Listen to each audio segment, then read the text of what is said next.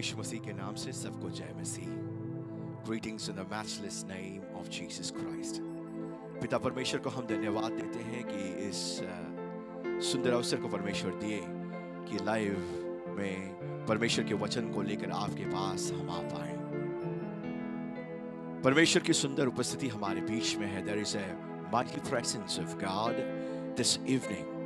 और परमेश्वर का सामर्थी हाथ वो आपके ऊपर वो स्ट्रेच कर रहा है। आपके कमियों को, आपकी जरूरतों को पूरा करने के लिए परमेश्वर अपनी आत्मा के द्वारा वो आपके जीवन को छू रहा है। तो इसलिए with great expectation let's come into God's presence and the hearing of God's word। Hallelujah. पवित्र आत्मा आज कुछ अद्भुत काम हमारे जीवन में करना चाहते हैं।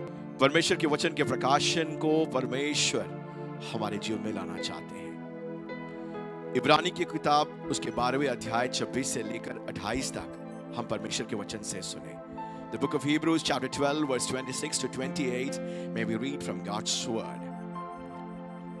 उस समय तो उसके शब्द ने पृथ्वी को हिला दिया, पर अब उसने यह प्रतिज्ञा की है, एक बार फिर मैं ना केवल पृथ्वी को वरन आकाश को भी हिला दूंगा। और यह वाक्य एक बार फिर इस बात को प्रकट करता है कि जो वस्तु हिलाई जाती है वे सृजी हुई वस्तु होने के कारण टल जाएगी, ताकि जो वस्तु हिलाई नहीं जाती वे अटल बनी रहे। इस कारण हम इस राज्य की पाकर जो हिलने का नहीं कर्तव्य हो और भक्ति और भय सहित परमेश्वर की ऐसी आराधना करें जिससे वह प्रसन्न होता है, क्योंकि हमारा परमेश्वर भस्म करने वाली आग है। हालेलुया। इब्रानी की किताब 12वें अध्याय उसके 26वें पद में हम ऐसे पढ़ते हैं, उस समय तो उसके शब्द ने पृथ्वी को हिला दिया, पर अब उसने यह प्रतिज्ञा की है कि एक बार फिर से केवल पृथ्वी को नहीं वरन आकाश को भी हिला दूंगा। And his voice shook the earth then, but now he has promised, saying, Yet once more I will shake not only the earth but also the heaven। पुराने नियम की बात है। इस वचन में इब्रानी के जो राइटर हैं, जो पौलुस प्रेरित हैं, वो लिखते हैं कि पुराने नियम में जब परमेश्वर सिनाई पर्वत पर प्रकट हुआ और मूसा के साथ वो बात किए, तो उसका जिक्र है। जब परमेश्वर अपने सामर्थ के साथ सिनाई पर्वत पर उतरा तो यहां लिखा गया है कि पूरी पृथ्वी हिल गई। और लेकिन फिर से यहां बोला गया है कि उसने प्रतिज्ञा की है कि एक बार फिर से केवल पृथ्वी को नहीं वरन आकाश को भी मैं हिला दूंगा। और 27वें पद में हम पढ़ते हैं, और यह वाक्य एक बार फिर इस बात को प्रकट करता है कि जो वस्तुएं हिलाई जाती है वे सृजी हुई वस्तुएं होने के कारण टल जाएगी, ताकि जो वस्तुएं हिलाई नहीं जाती वे अटल बना रहे। इस कारण हम इस राज्य को पाकर जो हिलने का नहीं उस अनुग्रह के हाथ से में जाने दे, जिसके द्वारा इस भक्ति और भय सहित परमेश्वर की ऐसी आराधना कर सकते हैं जिससे वह प्रसन्न होता है। हालेलुया। यहां पर हम पढ़ते हैं कि परमेश्वर ने प्रतिज्ञा ली है कि वो पृथ्वी और आकाश को हिला देगा। एक बार उसने पृथ्वी को हिला दिया और बोलते हैं कि वो प्रतिज्ञा की है कि वो स्वर्ग और पृथ्वी को हिला देगा। That God will shake the nations, God will shake not only the earth but also the heaven। Hallelujah। जिस प्रकार से हम जानते हैं कि इस कोरोना की महामारी ने पूरे विश्व को उथल पुथल कर दिया है, भय छाया हुआ है, सन्नाटा छाया हुआ है। पृथ्वी के हर कोने में इस महामारी का जिक्र किया जा रहा है। लोग तनाव में है, भय में है, निराशा में है। इस प्रकार प्रतीत होता है कि पूरा विश्व हिल रहा है। It's as if the whole world is shaking under the power of this disease। The word of God says God is shaking the nations। God is shaking the heaven and the earth। America हिल रही है। संसार के जो संपन्न राष्ट्र हैं, जिनके पास सब कुछ है, एक प्रकार से सोचे तो सब प्रकार की मॉडर्न टेक्नोलॉजी है उनके पास, सब प्रकार के मेडिकल साइंसेस और टेक्नोलॉजी और आधुनिक शास्त्र उनके पास है, लेकिन इस कोरोना की महामारी ने जर्मनी को, इटली को, फ्रांस को, संपन्न राष्ट्रों को, विश्व के हर एक राज्य को हिला दिया है। ये क्यों हो रहा है? ये हो रहा है इसलिए कि मनुष्य अपने गर्व और घमंड को छोड़कर, मनुष्य अपने ऊपर जिसका जो विश्वास है,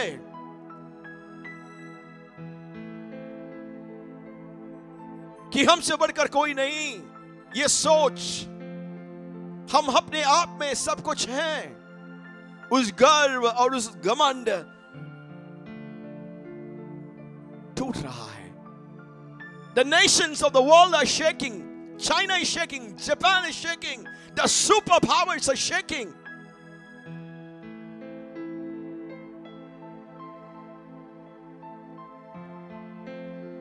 एक प्रकार से देखो तो परमेश्वर हमें बुला रहा है। जब हमारे चारों ओर ये हो रहा है तो बहुत बेचैनी, डर, क्या होगा, किस प्रकार हम आगे बढ़ेंगे, ये प्रश्न हर एक के मन में है। लोग व्याकुल हो गए हैं, बेचैन हो गए हैं, डिप्रेशन में चले गए हैं, उस सच्चाई को खोज रहे हैं। The people of the world are seeking for a solution, and there is so much of distress. लेकिन परमेश्वर का वचन जो जीवित वचन है, जो हमें आशा देती है, हमारी हर एक अशांति को दूर कर देती है, वो बोलता है कि एक राज्य है जो अटल है, जो कभी हिलेगा नहीं, जिसका कभी अंत ना होगा, जिसे किसी कोई हिला डुला नहीं सकेगा। And that's the kingdom of God, which is unshakable, which is stable, which no one can shake, which no one can destroy. It's the eternal, indestructible kingdom of God. जब संसार का हर चीज हिल जाएगा, जो कुछ भी बनाया गया है, जो कुछ भी सृष्टि किया गया है, वचन कहता है वो सब हिल जाएगा। भाई और बहनों जो हमें लाइव से सुन रहे हैं, परमेश्वर के वचन को एक भविष्यवाणी भी है कि हम अंत के अंतिम दिनों में हैं, और इस महामारी को जो हम देख रहे हैं वो आने वाली विपत्तियों के अपेक्षा में एक बहुत छोटा सा है। ये तो बस शुरुआत है। यीशु बोलते हैं these are only the beginning of the sorrows. ये पीड़ाओं का बस आरंभ है, और संसार में, पृथ्वी पर ऐसी घटनाएं, ऐसी विपत्तियां होगी जो लोगों को घबरा देगी। People are going to tremble at what's going to happen, so that they will begin to seek and turn towards God. वो जान जाएंगे कि हमारे सामर्थ की बात नहीं है, हम कितने छोटे हो गए हैं। The pride of man is breaking, और परमेश्वर की ओर, सृष्टिकर्ता की ओर लोगों का हृदय और मन उठ रहा है। हालेलुया। यहां परमेश्वर का वचन कहता है कि संसार में जब सब हिल जाता है, when everything is shaking around us, there is one thing that is unshakable. जब चारों ओर सब हिल रहा है, ऐसा प्रतीत और अनुभव हो रहा है, बस एक ही है जो अटल है, जो स्थिर है, और वो है परमेश्वर का राज्य। और ये वचन हमें बताता है कि वो परमेश्वर का राज्य परमेश्वर प्रभु हमें देना चाहता है, और जिन्होंने उसे स्वीकार किया है उन्हें परमेश्वर की वचन आज्ञा देती है कि हम क्या करें।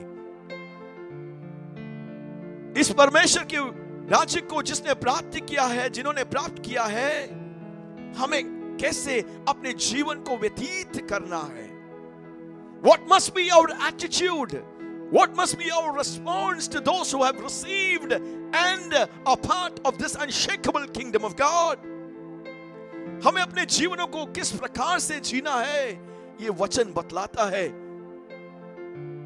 वर्स 28 में ये कहते हैं, परमेश्वर का वचन कहता है, इस कारण ये परमेश्वर का राज्य जो अटल है, जिसे हमने पा लिया है, जो नहीं हिलेगा, इस अनुग्रह को जिसे परमेश्वर ने दिया है, हम कृतज्ञ रहे, हम धन्यवादी रहे, और हम भक्ति और भय सहित परमेश्वर की ऐसी आराधना करें ताकि वो हमसे प्रसन्न हो. Hallelujah, hallelujah. जब चारों ओर ये हो रहे हैं तो हम डरे नहीं, हम हताश ना हो, हम तनाव में नहीं आए, हम बेचैन नहीं हो, हमारे मन में अशांति होने की जरूरत नहीं है, क्योंकि परमेश्वर हमें उससे भी कुछ बड़ा देना चाहता है. Hallelujah. And that's the kingdom of God. वही परमेश्वर का राज्य है. एदन की वाटिका में परमेश्वर ने आदम और हव्वा की सृष्टि की, उत्पन्न किए. उत्पत्ति के पुस्तक 1 का जो 27 पद है, chapter 1 and verse 27, can we read that verse?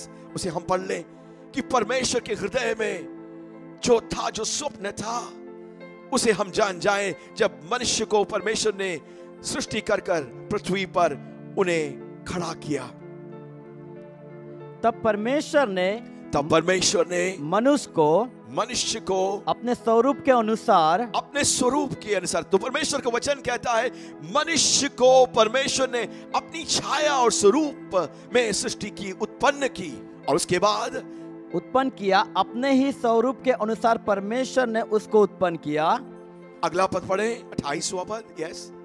और परमेश्वर ने उनको आशीष दी, और परमेश्वर ने मनुष्य के ऊपर मनुष्य को आशीष दिया, और उनसे कहा, फूलो फलो और पृथ्वी में भर जाओ, और उसको अपने वश में कर लो, और समुद्र की मछलियों तथा आकाश के पक्षियों और पृथ्वी पर रेंगने वाले सब जंतुओं के ऊपर अधिकार रखो. हालेलुया. परमेश्वर का वचन कहता है कि परमेश्वर ने मनुष्य को अपनी छाया और अपनी स्वरूप में सृष्टि करके इस पृथ्वी को परमेश्वर ने मनुष्य के हाथ में दे दिया, ताकि परमेश्वर के लिए, परमेश्वर के अधीन होकर, परमेश्वर के राज्य के अधीनता में होकर, परमेश्वर मनुष्य इस संसार को, इस पृथ्वी को परमेश्वर के लिए उसे चला सके, उस पर अधिकार करे. हालेलुया. ये परमेश्वर की इच्छा है कि जिस प्रकार से स्वर्ग है, जिस प्रकार में स्वर्ग में परमेश्वर प्रभु की इच्छा होती है, उसी प्रकार से पृथ्वी पर परमेश्वर स्वर्ग को खड़ा करना चाहते हैं. हालेलुया. और आदम और हव्वा को परमेश्वर ने इसलिए उत्पन्न किया ताकि परमेश्वर के अधीन होकर, उसकी प्रभुता को स्वीकार करके, उनके सिद्धांतों और आज्ञाओं में चलकर परमेश्वर के आशीष को, स्वर्ग के जीवन को, उस आशीष को, जहां धार्मिकता है. स्वर्ग ऐसी जगह है जहां पाप नहीं है, जहां अंधकार नहीं है, जहां छल कपट फूट नहीं है, जहां धार्मिकता और पवित्रता है, जहां अनंत जीवन है, जहां आशीष और अनुग्रह है. हालेलुया. वही परमेश्वर चाहते हैं, और इसीलिए परमेश्वर ने आदम और हव्वा की सृष्टि की और एदन की वाटिका में उन्हें खड़ा किया, ताकि परमेश्वर की अधीनता में होकर, परमेश्वर के राज्य की अधीनता में होकर पूरे संसार में स्वर्ग को प्रकट कर सके. लेकिन हम जानते हैं कि शैतान ने मनुष्य को छल कपट से धोखा दिया और मनुष्य पाप में गिर गया.